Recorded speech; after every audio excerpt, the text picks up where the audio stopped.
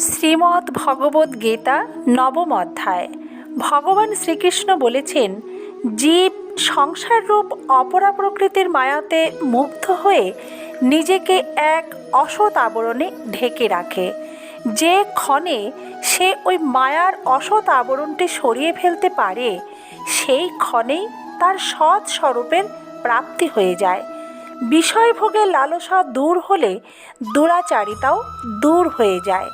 ভগবানের মূল তত্ত্বের একবার সন্ধান পেলে জীব ভগবৎ সাধনে একান্ত তৎপর হয়ে পড়েন।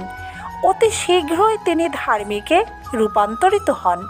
এমন মানুষের মধ্যে অহং ভাবের পরিবর্তন হয়ে যায়।